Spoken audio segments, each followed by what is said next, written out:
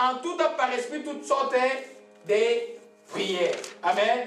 Alors, maintenant, aujourd'hui, nous allons juste, je vais commencer à introduire ce qu'on appelle toutes sortes de prières. Il y a plusieurs sortes de prières que les enfants peuvent faire. Amen. Mais aujourd'hui, je vais commencer par introduire la prière que Paul a dit, faites par esprit toutes sortes de prières. Quand Paul dit par esprit toutes sortes de prières, qu'est-ce que vous entendez par là? C'est ce que nous allons voir aujourd'hui. Alléluia. Nous allons commencer à l'étude avec, j'introduis juste les sortes de prières. On va voir le dimanche prochain et j'introduis aujourd'hui la prière dans l'esprit. Alléluia. La prière est dans l'esprit. Amen. La Bible parle de la prière dans l'esprit et de la prière par l'esprit. Amen. Alors, la prière dans l'esprit, juste dans l'introduction, ou les chants par l'esprit. Je parle de notre frère, il y a des moments où il chante des choses qu'il n'a pas méritées. Ça le sort, il chante ça. C'est plus lui qui chante, c'est son esprit qui chante. Mais il est conscient qu'il chante en français. Tu es conscient que tu pries en français. Mais ce n'est pas des choses que naturellement que tu aurais pensé. Mais ça sort de toi. Ça s'appelle la prière dans l'esprit. Ou, comme on dit la prière pentecôtiste, être répandu dans l'esprit. Amen. Tu ne fais pas cas de l'environnement. Tu ne sais plus ce qu'il y a autour de toi. Tu ne regardes plus. Amen. Mais tu pries à une langue connue. Lingala, français, Bangladesh, je ne sais pas quoi, le japonais, tout ce que vous voulez, mais si tu es japonais, une langue que vous parlez, l'anglais. Alléluia. Ça, ça s'appelle la prière dans l'esprit. Donc, tu es sous la fusion du Saint-Esprit, mais le Saint-Esprit, ton esprit, tu pries dans une langue que tu comprends.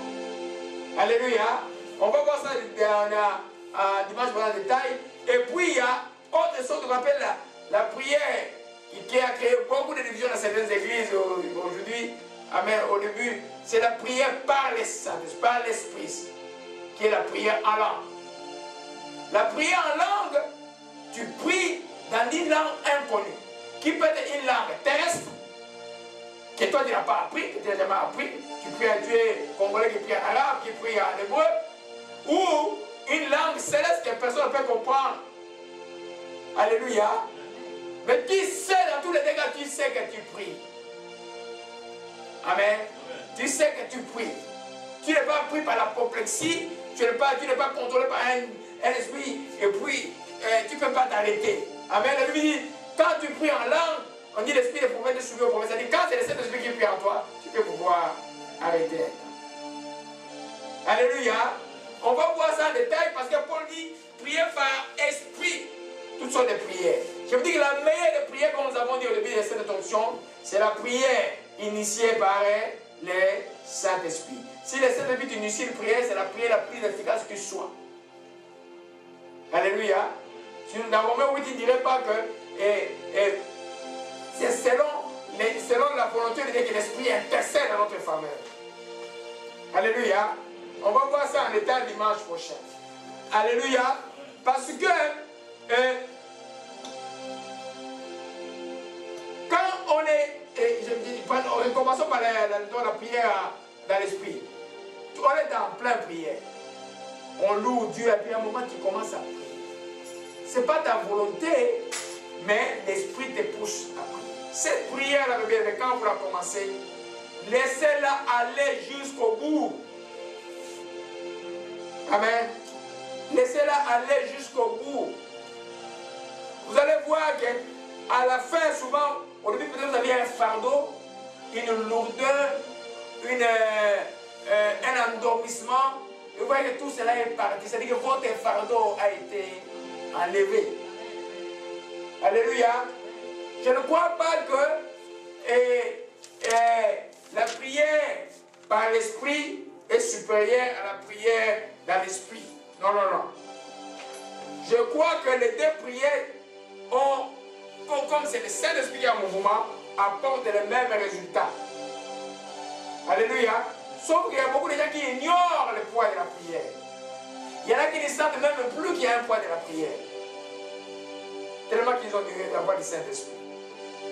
Parce que quand ils sentent un poids de la prière, ça doit te pousser à réagir directement dans la prière. Alléluia. Prenons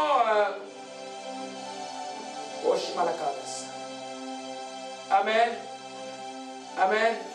Donc, je voulais juste aller un peu dans 1 Corinthiens chapitre. Donc, je disais donc, nous sommes en train de, nous voyons la prière, et Paul dit de prier par toutes sortes de prières. La première sorte de prière que nous voyons, c'est la prière par l'esprit ou dans l'esprit. On a dit que la différence entre les deux était que la prière dans l'esprit, tu pries avec des mots, des phrases que tu n'as pas préparées, des choses qui en temps normal tu ne dirais jamais.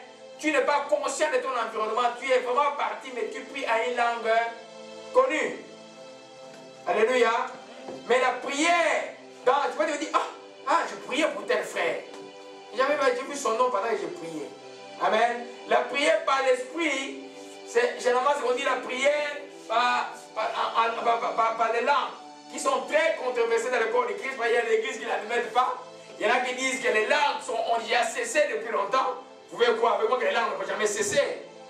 Amen. Vous savez que si dans le corps de Christ, ce que tu crois, c'est ce qui t'arrive. Si tu crois que Jésus guérit, tu vas être guéri. Si tu crois que les langues sont encore pour aujourd'hui, tu vas parler en langue. Amen. Amen. Amen. Amen. Donc, c'est ça. Mais ce que je dis, que la prière dans l'esprit et la prière dans l'esprit, il n'y a pas de baromètre de supériorité. C'est toujours le Saint-Esprit qui vient en vous. Alléluia.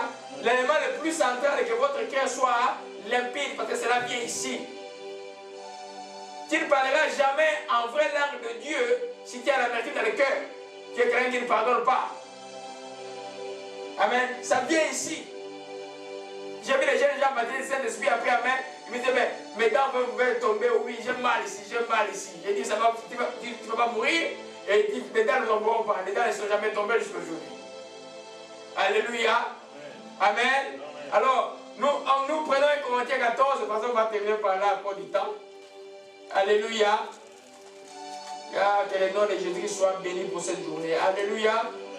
Corinthiens chapitre 14, on va lire ça pendant la semaine, mais on va juste introduire par le verset 2 qui dit, en effet, celui qui parle en langue ne parle pas aux hommes, mais à Dieu. Car personne ne le comprend, et c'est un esprit qui dit des mystères. Amen. Les prières sont adressées à qui? Quand vous priez à Dieu. Amen. C'est souvent les langues, souvent dans les langues, quand vous parlez, c'est à Dieu que vous vous adressez. Souvent quand vous entendez l'interprétation, c'est l'interprétation de votre prière, ou la réponse de votre prière que vous entendez. Dans certains cas rares, c'est les prophéties qui sont. La prophétie, c'est Dieu qui parle vers son église. Généralement, les langues, c'est l'homme, l'esprit de l'homme qui va vers Dieu. Et quand vous avez l'interprétation, je le répète encore, c'est souvent la réponse de votre prière en langue. Tu as prié en langue, tu attends, tu es guéri, tu es délivré. C'est la réponse de ta prière en langue. Alléluia. On va entrer en détail, mais t'as pas dit ça, il y en a qui vont parler en langue bientôt. Alléluia. Amen. Vous savez que beaucoup de gens commettent l'erreur de mettre la peur sur les gens. Il n'y a rien à avoir peur. Les choses, quand tu es sûr que tu es enfant de Dieu, tout ce qui est dans la Bible est à toi. C'est à toi. Alléluia. C'est à toi.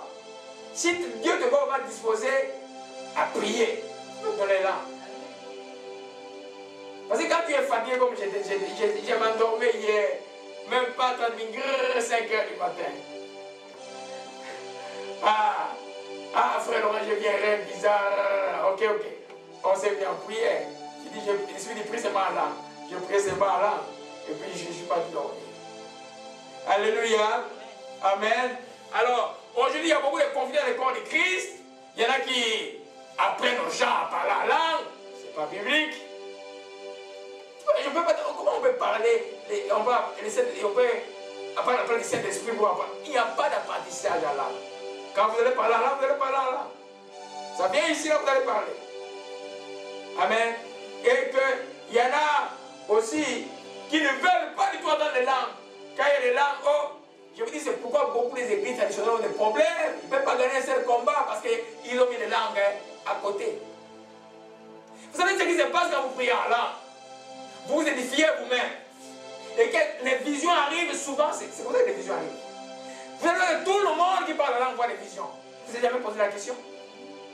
Il s'édifie et puis Dieu lui ouvre les yeux.